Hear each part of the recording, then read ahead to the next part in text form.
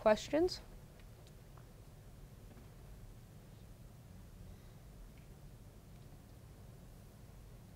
I was wondering if you could go a bit more in depth on like the story with you and Jeremy. Yeah, love to. Told it a million times. Thank you. So my first interaction with Jeremy was in the airport before the trip, and I handed him a napkin because I didn't have his number, and I didn't know any sign. So I was like, "Hey, I'm Lauren. How's it going?" I left my number below, and he texted. He was like, "Hi, I'm Jeremy." And turns out we had so much in common, and we spent the entire rest of the trip. He taught me as much ASL as I could possibly cram in my brain. We were texting a lot. He was finger spelling like everything over and over. And I really thank him for just being such a patient teacher and such a good friend, because it has totally changed my life. We grabbed some of our other friends. I remember sitting at lunch with like the randomest selection of people. It was like a dancer, a softball teammate, that guy, football player I hadn't seen since elementary school, this like heavy metal rocker, the randomest selection of people. And we just connected, and we all wanted to learn sign language, and we formed like this little group, and we were like walking down the street, like signing things. We probably looked ridiculous, but I think Jeremy was just so willing to be patient with us and spread it with us. And I was hooked. I was absolutely hooked. So I came back, he brought me to ASL Club, and then I took the class, and it has just completely taken off from there. And I also want to thank EdCo for being so welcoming and accepting, because way back when I had no idea what I was doing, I had no idea what I was getting into, but it's really changed my entire life, so thank you guys. So on your website, very cool, by the way. Thank you. One guy did it. I get a picture of you interpreting in front of a theater production. Do you think you would like to do that more often, or do you think that's something that is cool but not towards the direction you want to go? That was a really good question, something I've thought about a lot. So interpreting a theater, so I couldn't interpret in the classroom because I'm not certified. That's just not legal. So interpreting theater is sort of the only place that I could go. And some of the interpreters and EdCo staff here sort of brought me into it and gave me a little stepping stone to see if it was for me. And I've just learned so much from these processes, yeah, that's a word, that, yeah, I would love to keep doing it, but I think it's not really a career path for me. I think you're right, it would be more of like a side thing.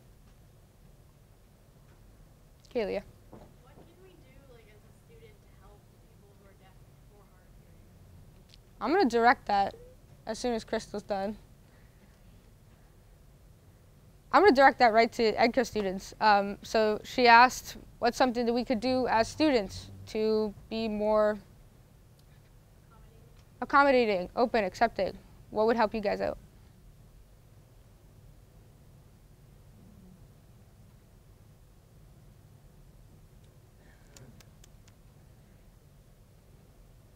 I don't know, you're putting me on the spot here. Okay. That's what I'm saying.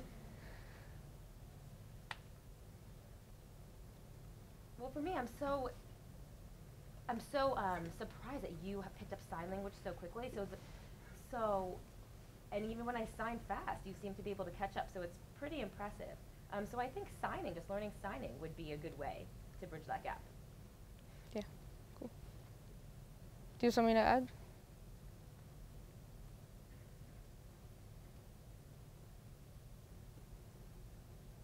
And Jerry was saying, well, I remember at my other school, where I was before EdCo,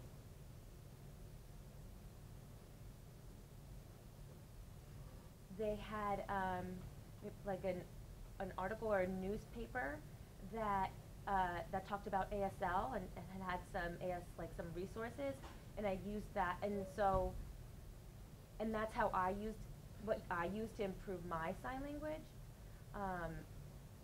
And so maybe that's something you guys can seek out resources and learn a little bit of sign.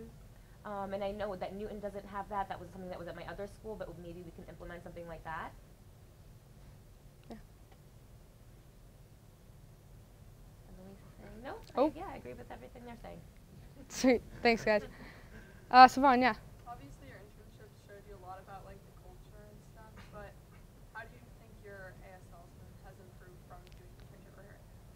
For sure. I think sitting and watching someone sign does help me with a lot of little stuff, but actually getting hands-up practice and signing is what will get you there the fastest. I don't know if any of you guys take languages. I've been taking Spanish here for like 6 years, or at day 2, and I still can't really hold a conversation.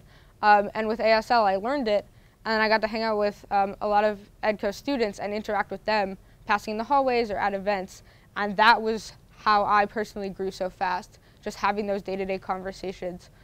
So doing this internship got me even more involved with EdCo and spent more time around signers, and so that made a huge difference in my signing. Yeah. So there was a presentation earlier today about like second language immersion and bilingualism, and one of the main points that Isabel touched on was like early access to like a second language education. Do you think hearing people should start learning a second language, ASL, early? Absolutely, yeah. I think any language is good. I personally love ASL because there are deaf people all over the place and all over this country. I don't need to travel to Europe to find people who are happy to communicate with me. So I think it's a great language to take up. I think I want to connect with as many people as I possibly can. And having all those people so close to home, I think ASL is a really great language to choose, or any language. Connecting with people is kind of awesome, so take a language. Way back, Mr. Finnegan. Something that you blogged about, I believe, on your website once upon a time was about Shakespeare and interpreting Shakespeare and whether you thought you had like an unfair advantage or something that you were kind of reflecting on. And I just remember feeling it was so refreshing to read about and so interesting. Could you talk a little bit about that for the people who may not have seen that? Absolutely, yeah, that's a good throwback. So in English, the class that I was observing, they're doing Shakespeare. And I know when I hear someone read Shakespeare out loud, I have no clue what he's saying, no matter how hard I try. I don't get any of it. So I was sitting there and I was watching Jody interpret it, and I was like, oh my God, I know what he's saying, like, as he's saying it, like, I get it, this is crazy. And then I was wondering, like, hang on. So for an EdCo student, they're getting the Shakespeare through an interpreter. And the interpreter's sitting there to get the meaning, the concept. So they're not going to translate exact like old English from the Shakespearean days. They're getting the concept and the meaning, and then they're outputting it as storytelling. And I was wondering, is that unfair? Is that an advantage? Where are the lines to be crossed there? And I think there's a lot of differing opinions on this. Some people think, well, already having that extra communication, the interpreter in between, already puts you at a slightly more of a disadvantage. So getting that clearer Shakespeare will just bring you right up equal. Other people would think otherwise, saying, you know, it's on the student to figure out what Shakespeare's saying and ask questions if they don't understand. But again, it's language. It's changing a language when you interpret. ASL is not English. It's still changing into another language. So I think, I still don't know where I stand on this, but it's something that I was thinking a lot about. So I think I've used up all my time for today. Thank you guys so much for coming. Nathan is going to talk next block, F block. I know you want to clap, Mr. Hess. Give me like 2 seconds. Nathan Persampieri is our final CAPS presenter. He's going to be going F block to talk about the State House and understanding our differences. So if you want to, please stick around for that. Again, do check out my website, and if you have any questions, I'll be here. So thank you.